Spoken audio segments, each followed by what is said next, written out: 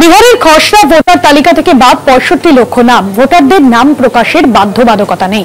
নির্বাচন কমিশনের খসড়া তালিকায় ভোটারদের নাম থাকলে অনুসন্ধান হয় না। যারা ফর্ম পূরণ করেছেন যাচাইয়ের পর তারাই তালিকায় রয়েছেন, এমনটাই জানানো হয়েছে। স্পষ্টত যাদের নাম বাদ গিয়েছে আবেদন করতে পারেন, তবে তাদেরকে অন্ধকারে রেখে কিছু করা হবে না, এমনটাই কিন্তু নির্বাচন কমিশনের তরফে বলা হয়েছে। ভোটার তালিকা থেকে বাদ ৬৫ লক্ষ নাম। ভোটারদের নাম প্রকাশের বাধ্যবাধকতা নেই। নির্বাচন কমিশনের খসড়া তালিকায় ভোটারদের নাম না থাকলে অনুসন্ধান হয় না। যারা ফর্ম পূরণ করেছেন যাচাইয়ের পর তারাই তালিকায় রয়েছেন। ভোটার তালিকার বিশেষ সংশোধন নিয়ে উত্তাল রাজনীতি। এরই মধ্যে নির্বাচন কমিশনের তরফে যেমনটা জানানো হয়েছিল যে বিশেষ সংশোধনের পর কাদের নাম বাদ গিয়েছে তা আলাদা তালিকা প্রকাশ করে জানানো হবে না, তবে যাদের নাম বাদ গিয়েছে তাদের কাছে নোটিশ যাবে এবং তারা আবেদনের সুযোগও পাবেন।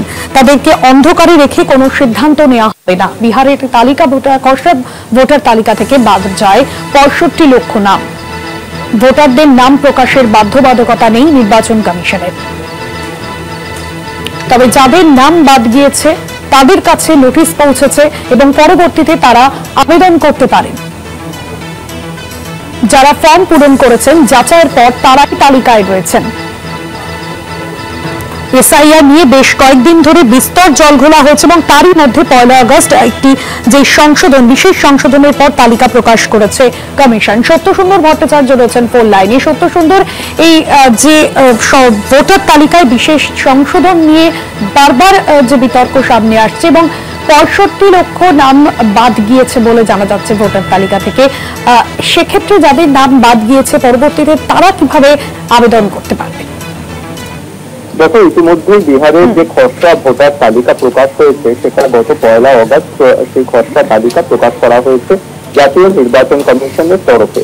কিন্তু তারপরেও ৩০ দিন অতিরিক্ত সময় দেওয়া হয়েছে, অর্থাৎ ১ আগস্ট থেকে তার পরবর্তী ৩০ দিন অর্থাৎ ১ সেপ্টেম্বর পর্যন্ত যে সমস্ত বিহারের যে সমস্ত নাগরিকের ভোটার তালিকায় নাম ওঠেনি খসড়া ভোটার তালিকায়, তারা ইনিউমারেশন ফর্ম, তাদের যে তথ্য সেখানে জমা দিয়ে তারা সুযোগ পাবেন, তারা দাবি জানাতে পারবেন যে ইনিউমারেশন ফর্ম জমা দেবেন। সেখানে অ্যানেক্সার ডি রয়েছে, সেখানেও তাদের নাম নতুন করে তারা অন্তর্ভুক্ত করতে পারবেন এই খসড়া ভোটার তালিকায় যাদের নাম ওঠেনি।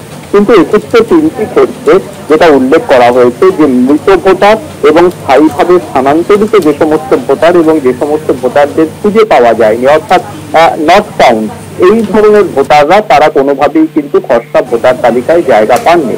এবং সেক্ষেত্রে এই যে ৬৫ লক্ষ ভোটার প্রায় বাদ দিয়েছেন বিহারের খসড়া ভোটার তালিকা থেকে, এদের নাম প্রকাশ করার কিন্তু কোনো দায়বদ্ধতা নেই নির্বাচন কমিশনের। এবং কি কারণে তাদের নাম খসড়া ভোটার তালিকায় অন্তর্ভুক্ত হয়নি আলাদা করে তার কারণও কিন্তু জানাবে না জাতীয় নির্বাচন কমিশন। তার কারণ হিসেবে তারা মনে করছে যে এই ৩টি ক্ষেত্রে ইনিউমারেশন ফর্ম যারা জমা দেননি স্বাভাবিকভাবেই তাদের নাম খসড়া ভোটার তালিকায় অন্তর্ভুক্ত হয়নি।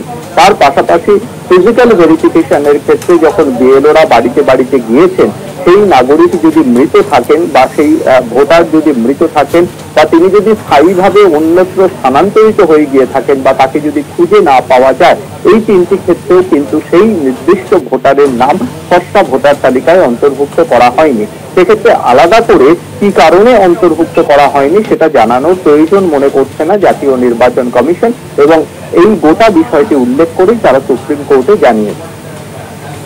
ধন্যবাদ সত্যসুন্দর।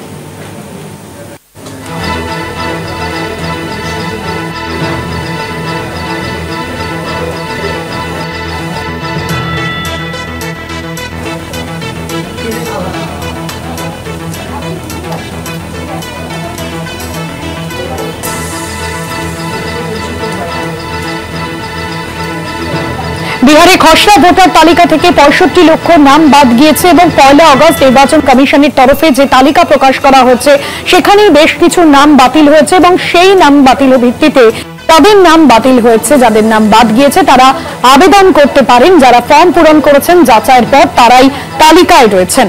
তবে যাদের নাম বাদ গিয়েছে তাদেরকে অন্ধকারে রেখে কিছুই করা হবে না, এমনটাই নির্বাচন কমিশনের তরফে জানানো হয়েছে।